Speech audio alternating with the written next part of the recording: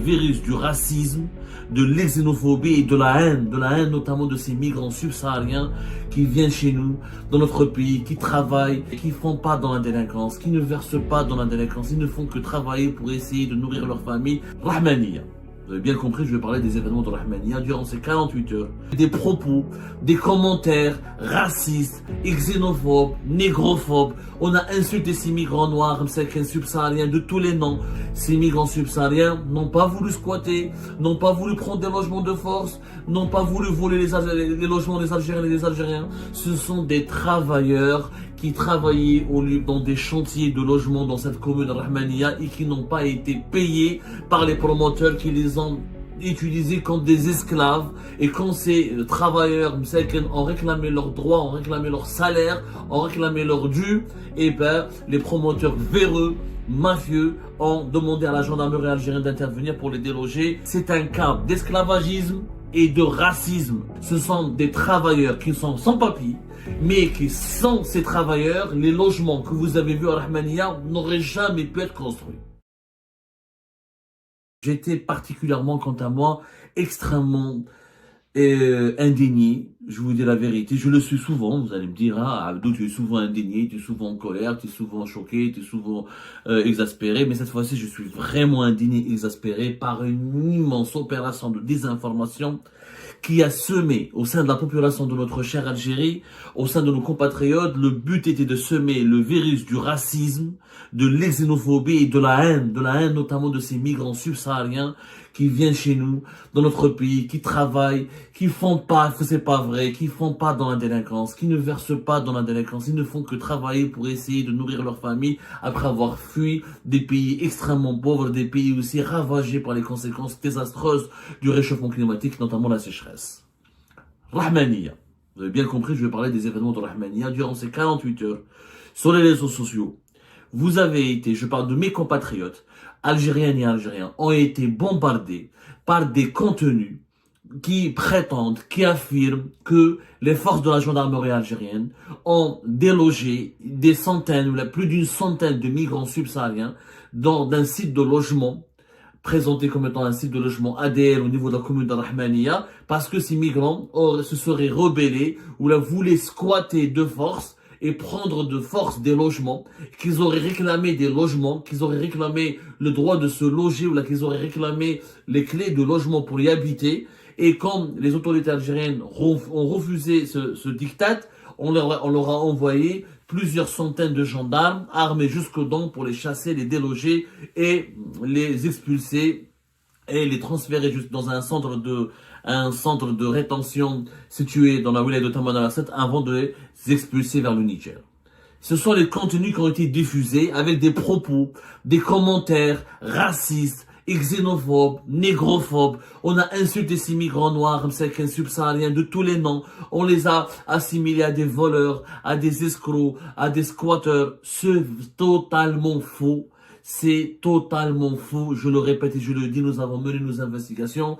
Ces migrants subsahariens n'ont pas voulu squatter, n'ont pas voulu prendre des logements de force, n'ont pas voulu voler les logements des Algériens et des Algériens. Ce sont des travailleurs qui travaillaient dans des chantiers de logement dans cette commune Rahmaniya et qui n'ont pas été payés par les promoteurs qui les ont utilisés comme des esclaves. Et quand ces travailleurs ont réclamé leurs droits, ont réclamé leur salaire, ont réclamé leurs dû, et ben les promoteurs véreux, mafieux, ont demandé à la gendarmerie algérienne d'intervenir pour les déloger et pour les expulser. C'est un cas d'esclavagisme et de racisme.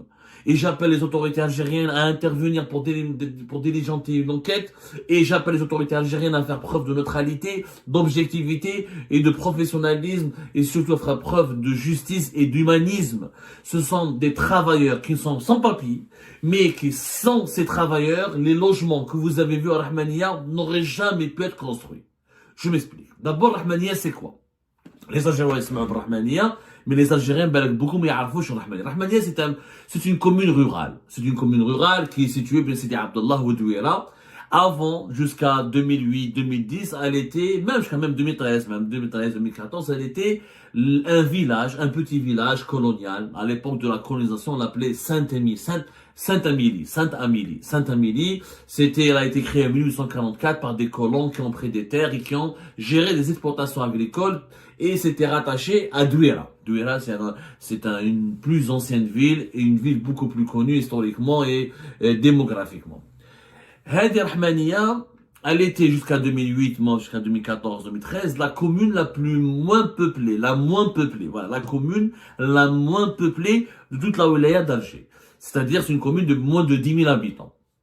Comme il y avait une problématique de logement au début des années 2000, comme l'État algérien voulait absolument résorber le logement précaire, les bidonvilles, comme la décennie noire a ravagé l'Algérie, a mis à genoux le pays, on avait beaucoup de retard au niveau des infrastructures et notamment une grande crise de logement parce que le pays pendant 10 ans n'a pas construit alors que nous avons dépassé la barre des 30 millions d'habitants à partir de la fin des années 90. Les travailleurs du pays pour construire des millions de logements, je suis en train de chercher les chiffres exacts, je suis en train de chercher les chiffres exacts. Entre 1999 et 2018, donc 3 millions de logements en Algérie ont été construits, mais je cherche le chiffre exact. Normalement, c'est 300 000, 600 000, parce qu'il y a des...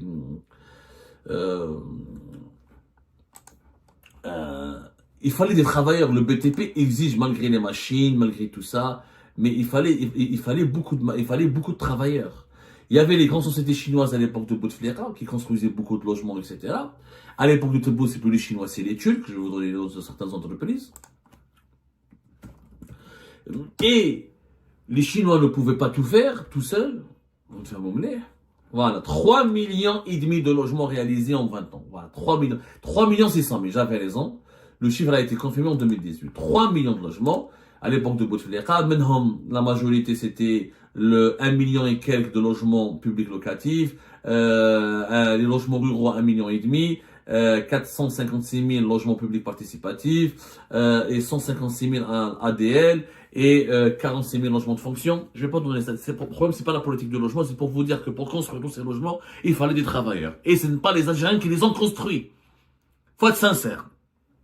Nous ne travaillons pas assez. Le secteur du BTP, comme le secteur agricole, a été abandonné par la population, par la main-d'œuvre algérienne. Comme l'Algérie était un pays riche à l'époque de Bouteflika, il y avait beaucoup d'argent, on a atteint jusqu'à même 200 milliards de dollars des réserves de change entre 2011 et 2012. Il y avait les politiques de l'ANSEJ, il y avait une croissance économique importante. Donc, le secteur du BTP et de l'agriculture ont été délaissés par les travailleurs algériens. Les jeunes Algériens ne veulent pas travailler dans le BTP, c'est très dur, c'est des métiers difficiles, c'est pas assez bien payé, les conditions climatiques sur la chaleur, sur la pluie, et il n'y a pas beaucoup de sécurité sociale. Donc, les Algériens préfèrent les commerces, préfèrent le secteur des services, le commerce, etc., les transports, la téléphonie mobile. Mais le BTP a toujours été laissé de côté. Ce qui fait que les promoteurs, les sociétés de construction en Algérie, où ils ramenaient des travailleurs étrangers, comme les Chinois, on les estimait à plus de 50 000, entre 50 000 et 60 000 travailleurs chinois en Algérie qui étaient essentiellement travaillés dans le BTP, où là, des travailleurs illégaux qui viennent d'où?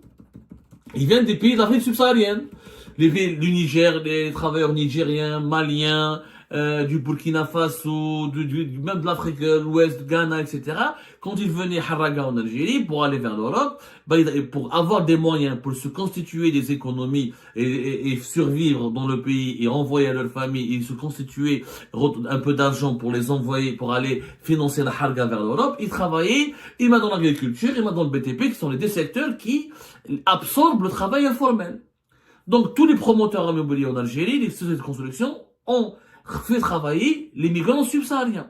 Farrahmania, Kain Wahd la cité, exactement, j'ai récupéré les chiffres, on a fait une enquête. Là où il y a eu les émeutes, les images, c'était pas des émeutes, c'était davantage des, comment dirais-je, c'était des opérations musclées de la part de la gendarmerie algérienne qui est intervenue pour déloger des migrants. Mais quelle est l'histoire de ces migrants subsahariens? C'est des travailleurs. Ils sont tous des travailleurs. Ils sont plus d'une centaine, presque plus de 200 travailleurs, qui travaillent au niveau d'un site qui s'appelle Q20. Le site Q20. Farrahmania, Jma'at al-Khair, Kaïn, 5 sites de logement. C'est des logements, même ADL, même LPP, différentes formules. 5 sites. Le premier site, il est géré par une société turque, Dickinson. C'est une société turque très connue en Algérie qui remporte beaucoup de marchés. Comme à l'époque de Bouteflika, c'était les Chinois qui étaient les rois du BTP, les rois des marchés de construction de logements. Les Chinois ont boudé l'Algérie parce que Bouteflika est parti, il y a eu beaucoup d'instabilité. Les Chinois ne s'entendent pas beaucoup avec le régime Tebboune, ont compris que le courant ne passe pas, ils ont quitté l'Algérie. Les plus gros projets immobiliers maintenant ont été confiés aux entreprises turques, notamment Aslan et Dickinson. Aslan, c'est deux grandes sociétés. Et Dickinson, par exemple, c'est eux qui ont pris un marché important récemment, en juin 2024, pour créer un parc olympique à Béchar pour plus de 171 millions d'euros, presque 200 millions d'euros. Et la société a comment elle s'appelle, Aslan, qui fait partie, c'est une filiale d'un grand groupe turc qui s'appelle Aslan Yapi, qui est classé depuis 2018 parmi les 200 plus grands groupes de BTP au monde. Donc, c'est les deux sociétés qui ont pris des sites de logement. Ils construisent 2500 logements pour Dickinson, à Rahmania, 2500 logements pour Aslan, à Rahmania. Tu as la société publique étatique algérienne, Considère 170 logements. Et l'autre société privée algérienne qui s'appelle ETPTS. C'est un groupe privé qui a été fondé par la famille Djouadi. Djouadi Lounès ou Abdou Mohamed, et qui est maintenant depuis 2012 géré par le fils Djouadi Bilal. C'est un groupe privé algérien qui fait partie de la shortlist du ministère de l'Habitat et de l'Urbanisme pour construire des logements. Mais généralement, même les entreprises algériennes, quand ils prennent des logements, des marchés de construction de logements, elles n'ont pas la capacité. Malheureusement, le BTP algérien, il est faible, déstructuré depuis le début des années 2000 à cause de la décennie noire. Les sociétés qui avaient l'habitude de réaliser des grands projets de logement en Algérie ont été cassés, leurs parcs brûlés, leurs moyens détruits, beaucoup de leurs cadres tués ou la forcés de s'exiler. Du coup, l'Algérie a recouru à des sociétés étrangères et qui ont monopolisé les grands projets pour réaliser des milliers de logements. Et les Algériens ont été que des sous-traitants. Quand une société algérienne prend un marché, elle-même elle recourt à un sous-traitant chinois ou à un sous-traitant étranger parce qu'elle n'a pas ni le management nécessaire, ni la capacité de réalisation nécessaire, ni les moyens nécessaires pour construire 2000 à 3000 logements. Donc vous trouverez jamais un Algérien qui a construit à lui seul 2000, 3000 logements. Il y a des sociétés algériennes qui réalisent 100, 200, 300. Mais à partir de 1000 logements, on va toujours recourir à des sous-traitants étrangers. Même si le marché initialement a été gagné par une société algérienne. Mais mal, c'est pour je te fais. Ok, la fameuse société chinoise, une grande société chinoise, la CSCEC, qui sont très connues aussi, qui travaillent en Algérie depuis des années, qui construisent à Rahmania 2500 logements. Ça fait un total de plus de 10 000 logements. Au niveau de là où vous avez vu les images, au niveau de la commune de Rahmania. Donc il y a des cités, à en Q20, Q19, Q18, et à chaque cité, il y a des logements ou ADL, ou LPP, ou LSP, différentes formules. Les principaux travailleurs dans la construction de ces logements, c'est les travailleurs subsahariens. Les Mali, le Niger, etc. Les travailleurs, quand ils travaillent pour un chantier, comme ils sont des clandestins, et comme ils n'ont pas les moyens, ils sont pauvres, ils n'ont pas moyen de louer, de loger ailleurs, qu'est-ce qu'ils font? Et comme dans leur paye, les promoteurs les prennent, ils les logent sur place. Ils logent au niveau du chantier. Ils logent dans des préfabriqués ou dans des habitations précaires. C'est des logements préfabriqués où, quand les constructions sont faites, il y a toujours un étage en bas, etc., à côté du chantier, des petites constructions pour permettre à ces travailleurs subsahariens de vivre là-bas. Ce sont des travailleurs, ce ne sont pas des délinquants, ils n'ont jamais squatté, ils vivaient sur les chantiers. D'ailleurs, même dans tous les chantiers, faites votre enquête, ils n'ont jamais squatté. Les promoteurs et les sociétés de construction les hébergent sur place. Pourquoi? Pour travailler jour et nuit, pour travailler chaque jour, des fois y compris les week-ends, etc., pour accélérer la construction de logements. Ils ne peuvent pas venir d'ailleurs, ils n'ont pas où loger. Et les promoteurs et les constructeurs ne vont pas les loger ailleurs, leur assurer le transport, etc. Ils les mettent sur place. Comme c'est des pauvres travailleurs clandestins, comme ils viennent de pays pauvres, comme ils cherchent juste à survivre, à gagner leur croûte et ne pas avoir des ennuis en Algérie, ils sont prêts ils acceptent d'être hébergés dans des conditions difficiles. Qui même les Pakistanais, les Indiens, les Népalais, pour construire les stades du Qatar. C'est la même chose, c'est de l'esclavagisme. Mais dans la sécurité sociale, ils sont mal payés, mal hébergés, mal nourris, oui, mais c'est eux qui ont construit ces logements. Il faut rendre à César ce qui appartient à César. Ce sont des gens honorables, ils n'ont jamais volé. Ils Ils travaillent de la journée. La nuit, ils sortent, ils vont acheter à bouffer, à manger. Ils reviennent chacun dans leur baraque. C'est des baraques. Ou du préfabriqué plus ou moins correct, ou des baraques où ils habitent au sein du chantier. C'est-à-dire, entre les piliers de chaque étage, à chaque fois qu'une construction avance, on met des petites kitchenettes, une petite cuisine, tabouna, où ils vivent dans des conditions les plus précaires. Souvent, malheureusement, ils sont payés en cash. Souvent, il y a beaucoup de retard. Les promoteurs ne les payent pas à l'heure. Parce que le promoteur, quand il construit un logement, c'est la commande de l'État. Il faut que l'État honore ses factures. Il paye les factures. Il lui donne l'argent. Il lui avance de l'argent. C'est des chantiers construits pour les logements publics, que ce soit ADL, LCP, logement social, etc. en Algérie. C'est l'État qui paye. C'est lui le maître d'ouvrage. C'est-à-dire, c'est lui qui gère le projet. C'est le ministère de l'Habitat à travers plusieurs agences. Ou là, c'est l'agence qui m'a l'ADL. Ce sont les institutions de l'État qui sont reliées au ministère de l'Habitat. C'est eux les propriétaires de ces logements. Donc l'État, il paye en Algérie toujours en retard. Parce qu'il y a des réévaluations, le coût du dinar il tombe, il y a des importations, il y a des matériaux qu'il faut importer, on ne peut pas les importer, des fournisseurs locaux qui ne te donnent pas les matériaux de construction dans les temps, il y a toujours des retards. Donc l'État, il paye en retard. Quand l'État paye en retard, les promoteurs n'ont pas d'argent pour payer les travailleurs. Ils ont des problèmes de trésorerie. Où là, c'est des promoteurs et des sociétés de construction qui sont des mafieux. Surtout les sous-traitants. Et même les Turcs, et même les Chinois, et même leurs sous-traitants sont tous des mafieux pour l'habitat en Algérie. Mais comme les subsahariens n'ont pas de papier, comme ils sont noirs, comme ils sont africains, comme ils sont étrangers, on se permet de les mépriser. Mais on les paye pas à l'heure, on leur dit de patienter, on leur donne 10% du salaire, 20% du salaire, juste de quoi pour acheter et manger. Des esclaves, traités comme des esclaves. Même lorsque les promoteurs et les sociétés de construction sont payés à l'heure, ils ne payent pas, eux, jamais dans les délais leurs travailleurs. C'est extrêmement rare. Cette fois-ci, il y avait, au niveau de la cité Q20 indique, de la société qui était en charge de la promotion et de la construction de ce projet, n'a pas voulu payer, et apparemment, d'après ce que nos vérifications, on est en train de boucler notre enquête, c'est l'une des deux sociétés turques qui est impliquée dans ces projets-là, mais comme on n'a pas encore les preuves matérielles définitives, je parle conditionnel, c'est ou Dickinson ou Aslan, ils n'ont pas voulu payer les subsahariens. 200 et quelques. On vous paye pas, etc. Les subsahariens, ils ont entendu, ils ont besoin d'argent pour envoyer leur famille au Mali, au Niger, et au Burkina Faso, etc. Oui, comme ils ont besoin d'argent, c'est pour manger, pour vivre en Algérie. La vie en Algérie, elle est devenue chère. Ils sont exposés à l'inflation, au même titre que tous les autres Algériens. Ils ont besoin de leur argent. Ils ont exigé, ils ont revendiqué.